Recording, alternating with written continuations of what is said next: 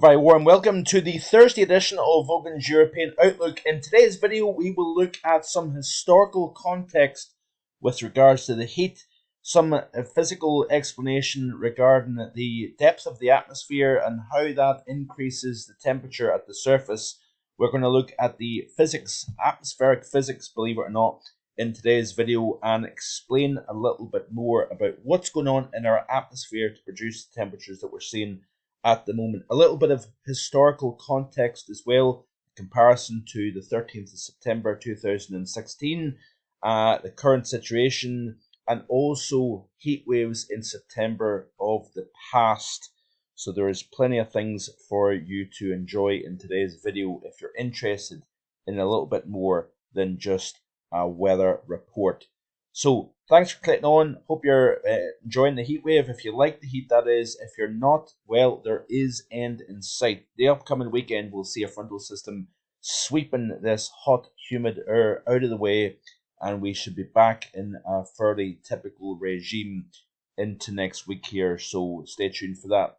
Be also sure to subscribe to the channel if you haven't already done so. I greatly appreciate it. Like and, of course, let YouTube know that you're enjoying the content here on the channel, and share with your friends and family also if they have any interest in meteorology. By the way, these are the temperatures for the 13th of September back in 2016, when the temperature reached 34.4 Celsius at Gravesend in Kent.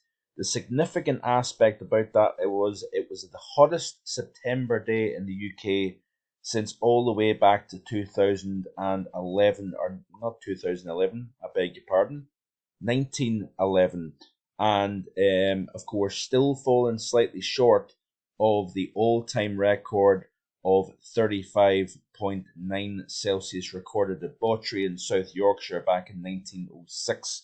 We'll look at 1906 in just a second as well here. So the one thing that really point out is, yeah, we had some very, very impressive heat across the spine of England and to the east of that, west of the Pennines, really west of that line, right down the centre of the UK. We had fresher conditions over the southwest of England, in the West Wales, Ireland and Northern Ireland wasn't really in the heat. And much of Scotland, with the exceptions of southeastern Scotland over the Borders region, there was not really much of a heat wave to speak about. There was a couple of days before this day occurred where it was a little bit warmer into the low 20s. In comparison to that, this is the current temperatures as of recording at 3 p.m. So we've got, it looks like, a temperature of 27 Celsius in the northwest of Northern Ireland. That is close, but not quite the record for Northern Ireland for September. We also have an impressive temperature close to 28 Celsius at Aviemore. We've got 27.1 at Altnahara. We've got 25.7 at Loch Liscarnock. My personal weather station has hit at least, I believe, 26.3 or 4, which, quite honestly, I'm very impressed with. I didn't expect to see a temperature that warm during September, that's for sure.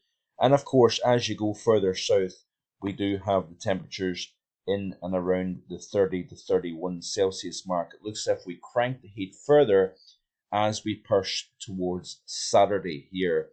So the last 90-day period, the 2-meter temperature anomalies according to weatherbell.com, and this is the CDAS data, is warm across the board in terms of Europe here.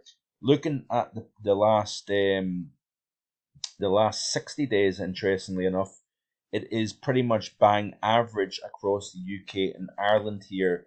So for the last 60-day period, including the first week of September, which of course has been very warm, it's actually running on average and slightly below average. Southern Norway and Sweden, even Denmark, where we've had 10 straight weekends of unsettled conditions here. Thanks to Henrik for that information. I think the UK had 9 straight weekends of low pressure dominance, wind, shower activity, longer spells of rain, miserable conditions through July and August. But that cycle, that rut, has continued further into Denmark to the east of us here. And looking at September so far, of course, no surprise, the front-running 7-day period has been firmly above average. And even if we do trend cooler, which we are likely to trend cooler, I think we are going to wind up warmer than average. I may have to eat my words in that, but it would certainly take a lot of cool conditions during the second half of September to bring that average back down again. 850 temperatures, according to the GFS ensemble, are as such, knocking the door of 15 Celsius at 5,000 feet. We then trim the air column down, so the 850 level drops right back down towards average by the back end of the 11th into the 12th, and even slightly below average according to the ensemble mean anyway. The average goes below by the time we reach the mid portion of the month, and then we continue to see an average 850 temperature profile over Inverness through and all the way to the 21st, 22nd of September. Looking at London, we did see a 20 Celsius at 850.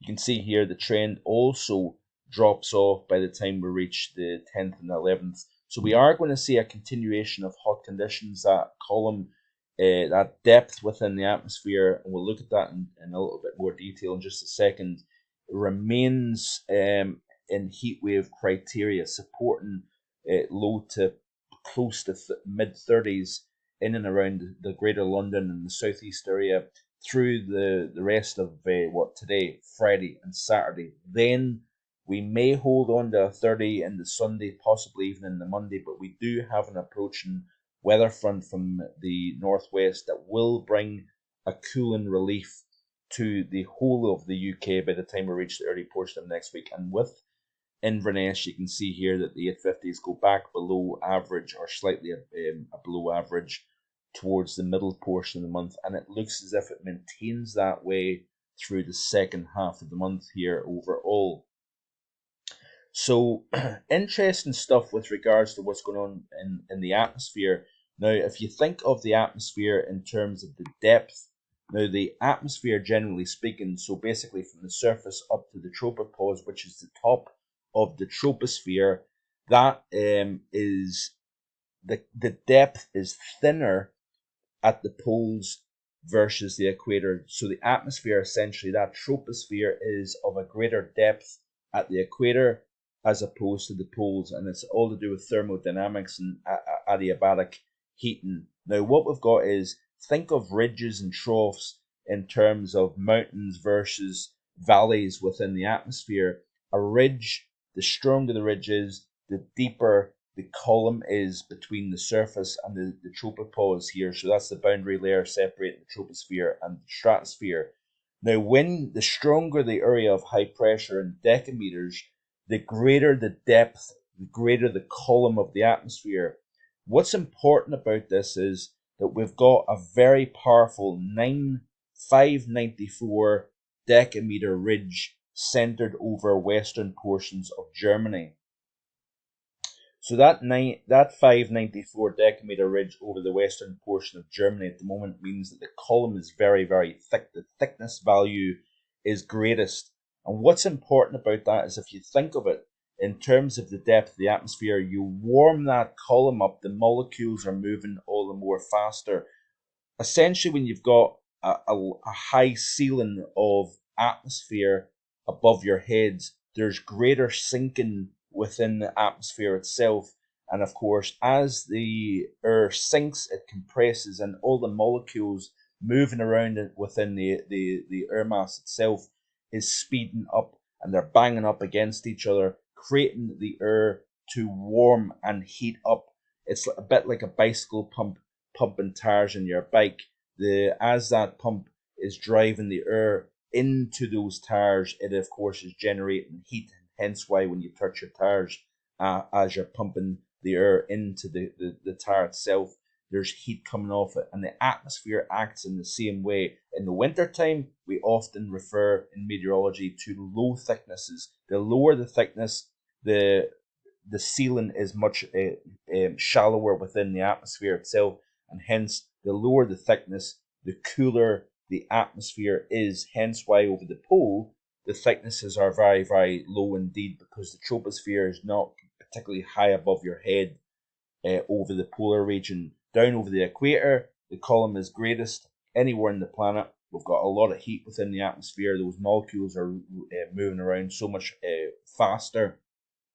The basically lower pressure means that the molecules are moving around less fast, and therefore the atmosphere tends to cool the slower the molecules move within the atmosphere itself. So we've got a situation at the moment, we've got a very powerful area of high pressure centered over Europe. The column is very, very high indeed, the ceiling. So of course that increases the depth of sinking through the atmosphere. And of course, that means that we have tremendous amounts of warming taking place at the surface. So we've got also an added boost with this heat wave, and that is thanks to the position of that high. Now, it would be obviously warm underneath the center of that high, but because we are centered between the high and closest to the high versus that negative, where of course the ceiling is lower, with that trough over and to the west of Iberia, we've got that run of southwesterly winds. Of course, air travels clockwise around high pressure, anti-clockwise around areas of low pressure here. So we've got a very interesting situation developing. The thicknesses are about as high as they possibly can be in our latitude, in our part of the world. And also we've got that southwesterly wind adding an added boost to the heat that we're seeing at the moment across the British Isles here. So low 30s at the moment here. We may see an increase in heat as we push from Friday into Saturday. The reason why is we're going to see this area of low pressure just move a little bit closer to the UK and Ireland, and it's going to pick up some very, very warm air over France and over southern portions of France, and it's actually going to pick that particularly warm air up and drive it up into the British Isles, hence why we may see 33 degrees Celsius, possibly a touch higher by the time we reach Saturday afternoon here. And remember, 2016 was seen 34.4 Celsius. Can we get close to that? That, of course, remains to be seen. Historical context. This is off the article, by the way, based on the 2016 heat wave.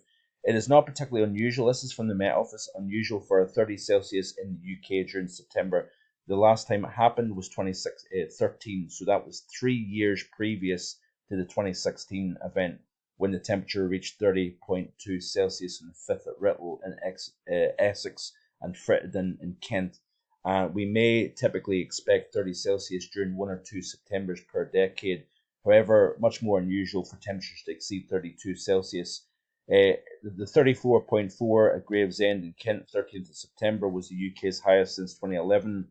I keep saying 2011, 1911, sorry, when it hit 34.6 Celsius at Rons in Northamptonshire on the 8th. And then you look back at 35.6, I said 35.9 a second ago, that is incorrect.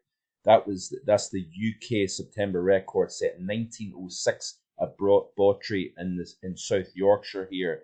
We did see temperatures back in 1906 of 27.8 in Armagh. That's the Northern Ireland record.